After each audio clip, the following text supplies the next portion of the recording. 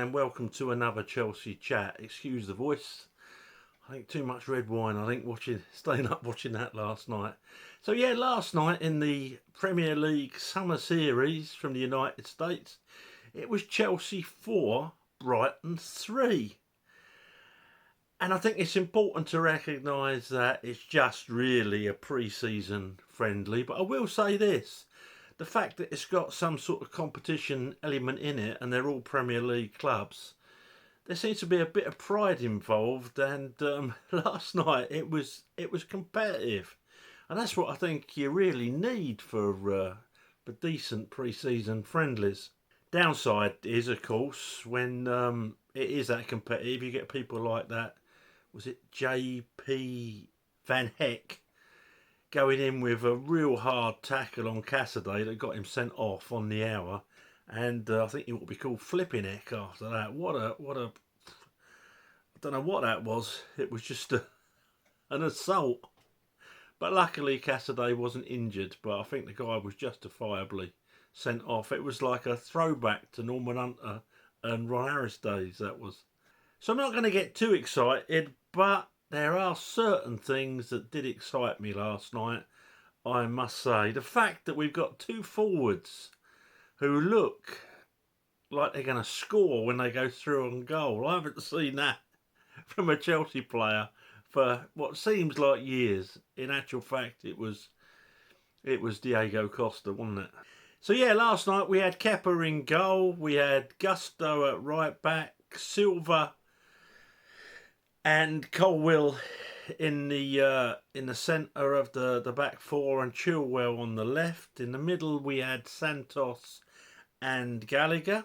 In front of them we had Sterling, Chukwuemeka and Maatsen. And up front we had Christopher and Nkunku. And what a lovely little deft goal he scored.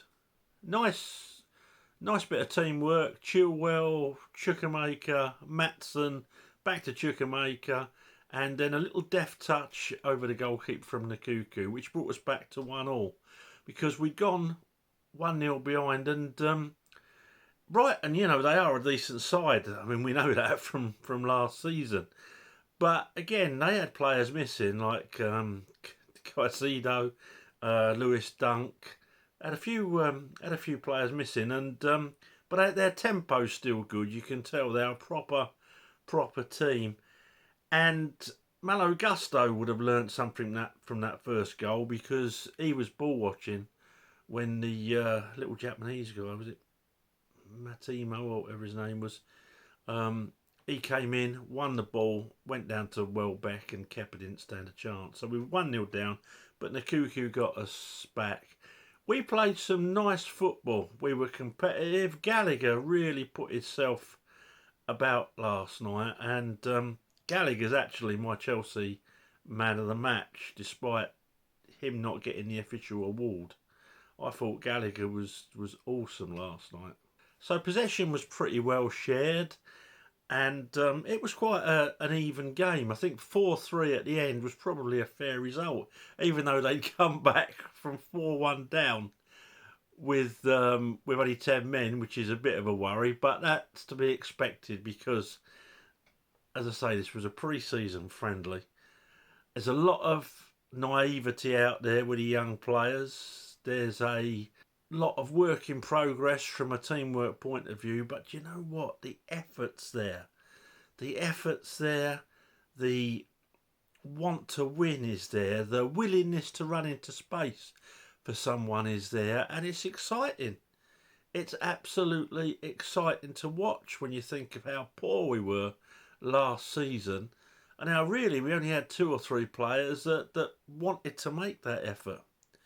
Players last night, when they lost the ball, got back. I didn't think Sterling had a particularly good game, but I'll tell you what, I'll give the lad his due. When he lost the ball, he was back. He was back 50, 60 yards making tackles. So hats off to Raheem Sterling. Like I say, going forward, I thought he was pads last night. But do you know what? As an integral part of the team, as a leader, I thought he led by example last night. With when it's not going for you up front, put the effort in, get back. So I take my hat off to Sterling last night. So a good effort in the first half. As I say, Gallagher stood out for me. Colwell gave it away once that put us in a really dangerous position. But other than that, I thought he looked good. I can see what all the fuss is about. Gusto looked good going forward. And Cuckoo, his movement, his running off the ball as well as his trickery with it. He looks a proper signing. Christopher Nkunku, isn't it? He looks the real deal to me. Maatsen was quieter last night. Understandably, we weren't playing against Wrexham, we were playing against top quality, but he still did his job. Chilwell looked really good. Let's hope he don't get injured again. Santos in the middle, I'm not actually sold yet. He's got skill. He does the easy things well. I think we need someone like Caicedo. And the more I watch that team, the more I think to myself, is it worth paying what Brighton want? I know in today's stupid markets, 100 million sounds a lot, but do you know what? If that meant the difference between qualifying for the Champions League and not, and I think it could be that vital, then maybe go get him. Even if you can't afford anyone else in this transfer window, until you've got more players out the door, then I think probably go and get him, because I think he looks like what we really need in that middle. Maybe I thought Gallagher was superb last night, but maybe playing him in front of Enzo and Caicedo would what a midfield that would be.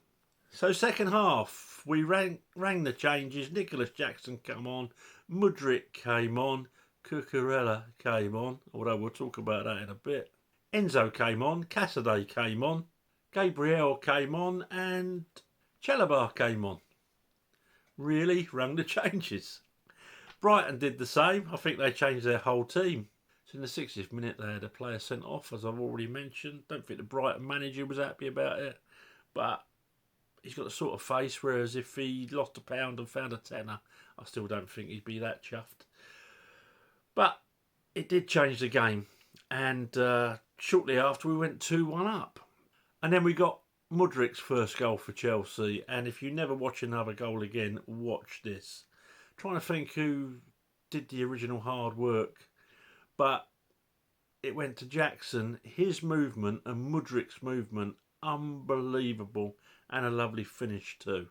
That Jackson, he looks a good player. He looks a proper centre forward. I hate to compare people, but he looks in the Drogs mould, and long may that continue. If he has half the career that Didier had, we'll be very happy, won't we? But he looks the real deal to me. Great movement. Mudryk looked really sharp, up for it, and just go watch the goal. See it for yourself. Beautiful. And Gallagher got one. Good work by Cassidy. Gave the ball away a few times when he came on, but the good outweighed the bad. These young players are going to make mistakes, but you can see why, if he does get sent out on loan, you can see the reasons why. Sometimes the decision making is not what it could be. Put the ball out a couple of times, but anyway, a good run, and he lost the ball, but Nicholas Jackson was there, used his weight, managed to edge it out to Gallagher. Lovely calm finish. So well done. And after Gallagher's performance, he deserved that.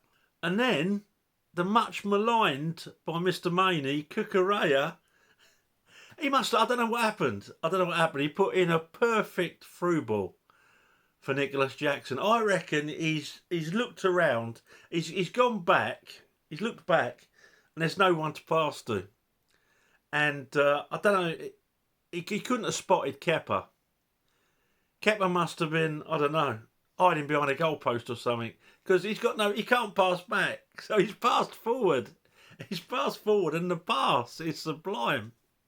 And onto it has run Nicholas Jackson. And I'll tell you what, you just knew he was going to score. Whack. and there we were, 4-1. Now after that, Levi Colwill gave a penalty away, which a little bit of naivety. We always say he's young, although everyone's raving about him, he's going to make mistakes. JT did back at the same age, but the good outweighed the bad. But yeah, he gave away a needless penalty, and just after that, we just let a player walk through us basically, and I'm sure Kepa could have done better. It was close to him, but us, shall we say, non-Kepa fans would have expected it. But I could be wrong. It was close, but I would have expected him to do more than that. 70 odd million quid. But there you go. So, yeah, 4-3. Lots of good things come out of it. People really impressing me. You know, Nicholas Jackson, Christopher Nkunku, Gallagher. Oh, I tell you, Gallagher made a block in our area. The guy was just going to let fly. What a block! I think Gallagher's winning a place in that squad. I really do. I can't see him selling him, depending on who we bring in, of course. But yeah, a good all-round performance. Got to put it in context. Only really a glorified pre-season friendly. Lots of changes in it, but I like the attitude. I like the energy in the side, and I like some of the football brains out there. Just a total contrast from last year. And obviously, I'm only human. My expectations are going up inside. I said top 6, but 5th place gets a Champions League place, I'm told, next year. So who knows? Who knows? I think we'll be knocking on the door, even if we don't quite manage it next year. So yeah, it's looking good. On another note, people have asked me what I think about Kylian Mbappe. Well, first of all, I think he'll go to Real Madrid or he'll stay at PSG. I think this is probably a negotiating tool. But what do I think about coming to Chelsea? I think, and it's only a personal opinion, and I totally understand those that say, oh yeah, he's a great player, get him in, blah, blah, blah, blah. First of all, you'd have to blow the wage structure that we've just put in place straight out the window. And what would that do to all those youngsters in that dressing room who have just signed long-term deals? If disputes over money can turn Mason Mount's head, I think any head can be turned. And you don't want disharmony in that dressing room again. So I wouldn't touch Mbappe with a barge pole. I've seen people say, oh, what happens if he changes his attitude? Oh, what if? What if a banana was an apple and you don't like bananas? You know, it's what if. His attitude seems to stink.